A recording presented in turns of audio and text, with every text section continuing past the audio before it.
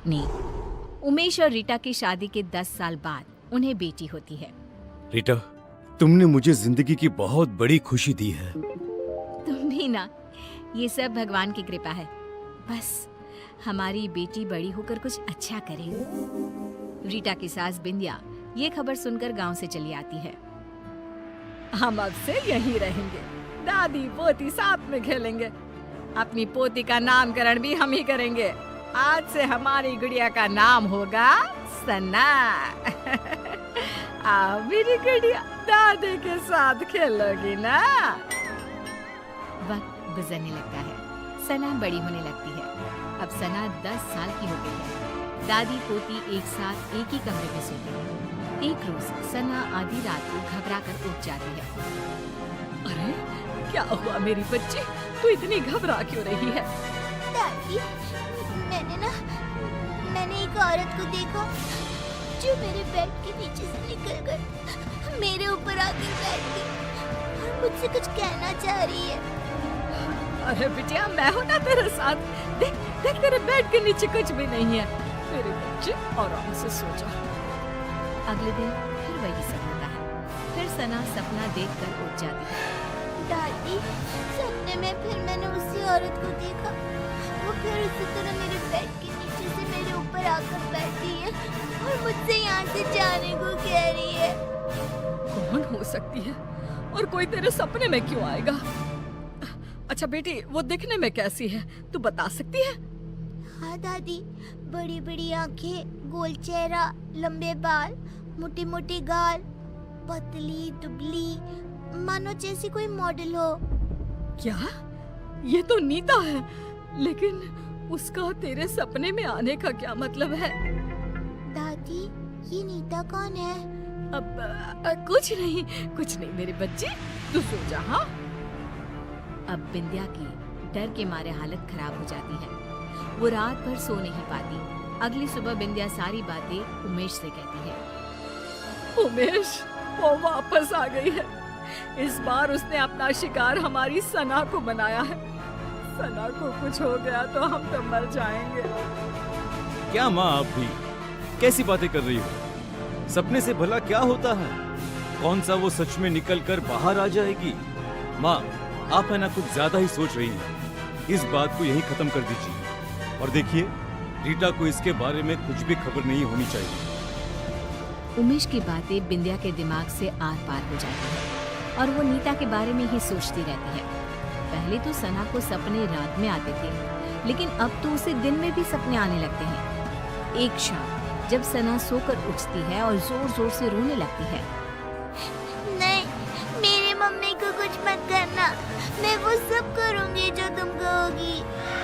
क्या हुआ मेरी बच्ची, तू रो क्यों रही है?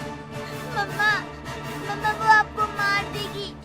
वो रोज रात को मेरे सपने में आती है, कभी मेरे बेड के नीचे तो कभी मेरी अलमीरा के पीछे छिपी रहती है। क्या बोल रही है बेटा? मुझे कुछ समझ में नहीं आ रहा। कौन आ जाती है और मुझे क्यों कुछ करेंगे? अम्मा, एक औरत मेरे सपने में आती है, मेरे बेड के नीचे से निकलकर मेरे ऊपर आकर बैठ जाती है और कहती है ये उसका घर है, वो आपको मार देगी क्योंकि आपने उसकी जगह छीन ली है इस घर में। बेटा, ऐसा कुछ नहीं है और सपने ना सच नहीं होते। आपकी मम्मा को कोई नहीं मार सकता। रिया सना को तो शांत कर देती है, लेकिन उसके दिमाग में ये सब चलने लगता है और वो अपनी सास को ये सब बताती है। ये सब मुझे पता है रीटा। तब तो आपको ये भी पता होगा कि वो औरत कौन है जो सना के सपने में रोज आती है, और आपने मुझसे ये सब क्यों छुपाया? हमें कुछ नहीं पता बहू, हमें तो लगा कि तुझे चिंता हो जाएगी, इसीलिए हमने तुझे नहीं बताया। सपनों का हकीकत का क्या मेल? नहीं मम्मी जी, इस सपने का कोई ना कोई मतलब जरूर है। अगली सुबह रीटा और बिंदिया किसी पंडित को अपने घर बुलाते हैं और सना को झाड़ा दिलवाती है और उसे सारी बात बताती है। उस औरत की आत्मा भटक रही है और कहीं ना कहीं उस औरत का इस घर से कोई ना कोई संबंध जरूर है। सना बिटिया को ही इसका तोड़ निकालना होगा। और उससे पूछना होगा वो क्यों आई है और वो क्या चाहती है। रीटा सना को समझाती है कि उसे उस औरत से सब कुछ पूछना होगा।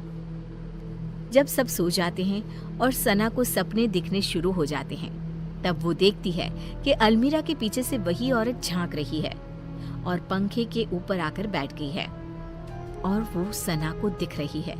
सना उठकर बैठ जाती है। तभी वो औरत उसका गला दबाने लगती है और कहती है, बोला था ना, निकल जाओ इस घर से, ये घर मेरा है, नहीं गई तो दोनों माँ बेटी मरोगे मेरे हाथ से। कौन हो तुम? मुझसे और मेरी मम्मा से तुम्हारी क्या दुश्मनी है? इतने में ही सना डर से उठ जाती है और रोने लगती है।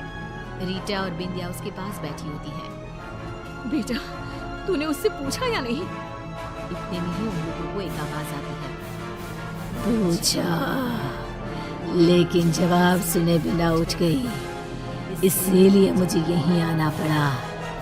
जोरों की हवा चलने लगती है, कमरे का सारा सामान गिरने लगता है और एक औरत सबके सामने आकर खड़ी हो जाती है। तुम कौन हो? बिंदिया, तू नहीं जानती मैं कौन हूँ? तू बताएगी इन लोगों को या मैं बताऊं?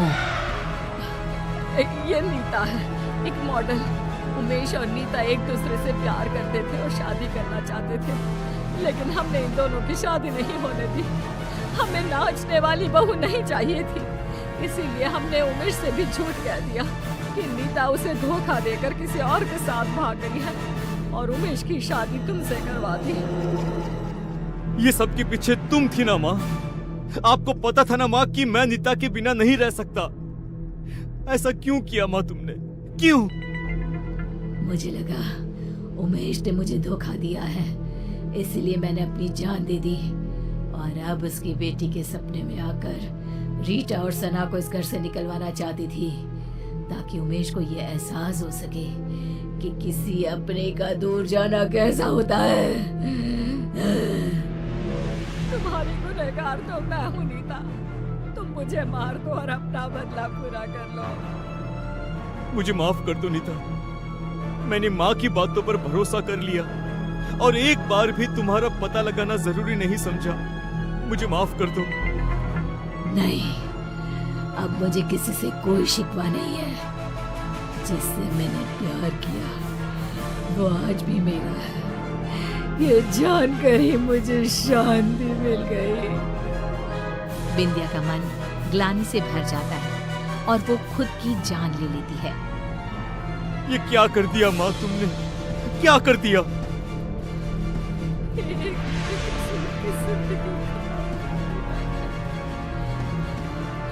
मुझे जीने का कोई हक नहीं बचा। माफ कर देना नीता। बिंदिया की मौत हो जाती है और नीता की आत्मा को शांति मिल जाती है। उमेश नीता को अपनी पहली पत्नी का दर्जा देकर उसकी तस्वीर अपने घर में लगा देता है और सना और रीटा के साथ खुशी खुशी जीने लगता है।